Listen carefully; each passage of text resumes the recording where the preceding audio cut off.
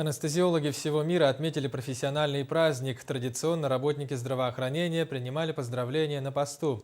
В республиканской больнице номер 2 города Якутска трудится порядка 9 специалистов этой области. Все они совмещают эту работу с реанимационной.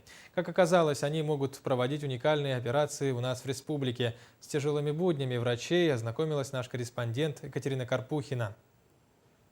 Рабочий день анестезиолога начинается в 8 утра, а заканчивается далеко за полночь. От звонка до звонка в республиканской больнице номер 2 трудится 9 специалистов. На их плечи ложится тяжкий груз ответственности по избавлению людей от страшных мук. Анестезиолога у нас основная задача поддержание жизненных функций.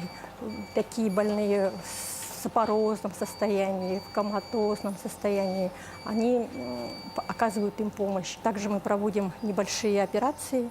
В общем, все тяжелые больные остаются у нас, а более-менее стабильные мы переводим в отделение. Ежедневно через их руки проходят десятки человек. Как говорят сами доктора, постоянный стресс и тяжелые нагрузки могут выдержать только настоящие профессионалы. Нам удалось пробраться в святая святых – место, где будет проходить, казалось бы, стандартная операция – транскутанная дилатационная трахеостомия. Попросту говоря, врачи сейчас будут пытаться обеспечить проходимость дыхательных путей пациента. На это у них уйдет от 5 до 7 минут. Самое интересное, что операцию проводят анестезиологи. Эта практика заимствована у столичных врачей и уникальна. Повторить подобное могут лишь в Москве и Санкт-Петербурге. На этой методике в феврале месяце мы обучались в Институте нейрохирургии имени Бурденко в Москве.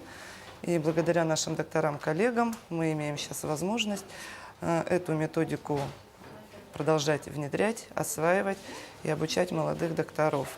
Преимущество этой методики, что, как вы обратили внимание, она практически бескровная. Ирина в профессии 11 лет и ни разу не пожалела о своем выборе. Признается, изначально хотела быть хирургом, но как только почувствовала динамику работы и увидела благодарные глаза пациентов, поняла – анестезиология – ее судьба. И когда ты видишь результат своей работы, видишь, что пациент живет, продолжает жить, несмотря ни на что, это перекрывает все трудности, все сложности. А жизнь – это самое главное.